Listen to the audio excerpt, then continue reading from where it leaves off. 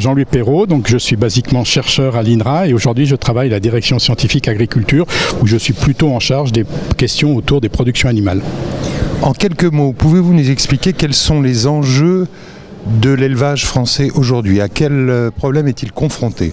Alors les enjeux de l'élevage français sont en fait les enjeux de l'élevage européen, plus un problème à mon avis crucial en France qui est celui, alors on va dire d'économie, de la compétitivité, de la recherche de valeur ajoutée, où on voit bien que notre élevage, mais en fait l'industrie agroalimentaire dans son ensemble, à part l'industrie laitière, a perdu beaucoup de parts de marché et ça se traduit par une réduction, voire des balances commerciales négatives à l'export. Et en même temps, les parts de marché en France, on est dans un pays où, comme en Europe, les estomacs sont pleins et il n'y a plus de croissance intérieure, si ce n'est un petit peu le nombre d'habitants. Donc il faut faire face à ce problème de compétitivité pour l'export. Peut-être trouver un peu des produits qui correspondent aux besoins des consommateurs, circuits courts, tout ça, mais ça fera que des volumes assez modestes, enfin, même si c'est 10-15% de la production.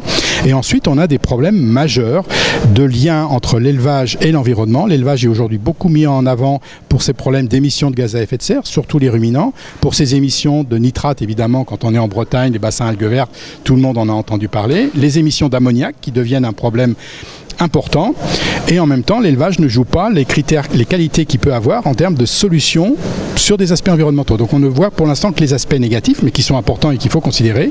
Et le troisième grand enjeu pour l'élevage, c'est sa relation avec la société. L'environnement en fait sûrement partie, mais il y a le paysage et il y a tout ce qui tourne autour des enjeux de bien-être animal, où finalement l'évolution progressive des systèmes vers de plus en plus de productivité, qui était une demande pour avoir des produits animaux à bas coût, il fallait nourrir le monde il y a 40 ans et les éleveurs l'ont très bien fait, ont continué, mais aujourd'hui on se rend compte qu'on a des pratiques qui sont de moins en moins acceptées par la société, les coupages de queue chez les porcs, les cornages des bovins, enfin voilà, les beccages des volailles, enfin voilà.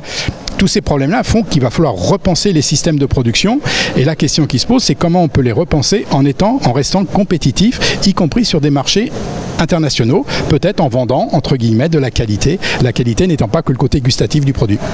La qualité, est-ce que c'est vraiment la seule piste d'avenir? Est-ce que c'est pas plutôt le milieu de gamme, entre le bas de gamme, qu'on a très bien su faire très longtemps, et le haut de gamme, c'est peut-être le milieu de gamme la solution? Alors la solution, c'est de trouver des marchés solvables à l'étranger qui permettent d'exporter des produits et de créer de la valeur ajoutée. C'est-à-dire, je suis persuadé qu'exporter du produit bas de gamme, il y en a d'autres qui savent le faire mieux que nous avec des moyens à bas coût. On peut lutter avec ces gens-là, mais on sera vite limité parce que on voit bien déjà que le revenu des éleveurs est très bas, donc on ne peut pas le baisser plus. Enfin, c'est une hérésie que de penser ça. Par contre, exporter des produits, on va dire de milieu de gamme, voire de haut de gamme, mais un haut de gamme qui est pour nourrir une partie de la population. Bon, on peut citer par exemple l'exemple des laits infantiles qui sont des produits quand même de haut de gamme parce que c'est beaucoup de technologie et la France et l'Europe, mais la France en particulier, on a cette technologie, a un savoir-faire et est reconnu pour, parce que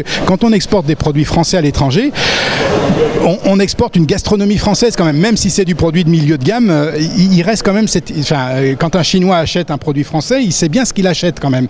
Et donc il y a ce marché-là, c'est un marché qui peut créer de la valeur ajoutée. La question après, c'est évidemment comment se répartit la valeur ajoutée au sein des filières, mais ça c'est un problème d'organisation des filières et on voit bien que c'est quand même en France très difficile.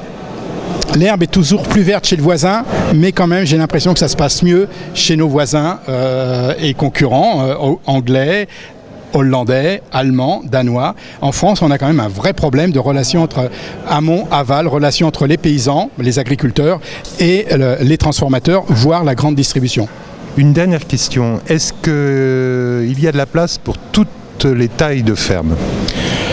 J'espère que oui, et l'expérience d'aujourd'hui montre que c'est vrai. Il n'y a pas beaucoup de place en France pour ce qu'on appelle des méga-farms.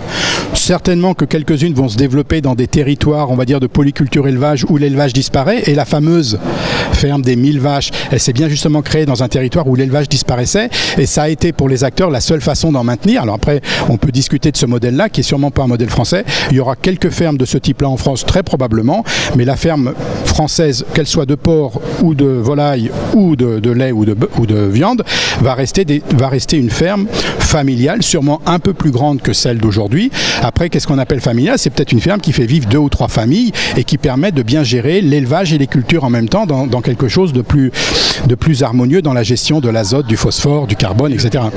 Et puis, évidemment, après, sur certains territoires, le rôle des ruminants, plus que les monogastriques pour le coup, c'est bien de façonner les paysages et il faut vraiment maintenir pour ça un élevage de ruminants qui valorise beaucoup d'herbe parce que c'est l'herbe qui crée le paysage avec les haies associées, évidemment dans les zones de montagne mais aussi dans les zones plus intensives, type le Grand Ouest et la Bretagne, où on a quand même des paysages qui attirent le tourisme parce qu'ils sont variés, divers, et ils sont variés, divers parce que c'est l'élevage qui le crée. Merci.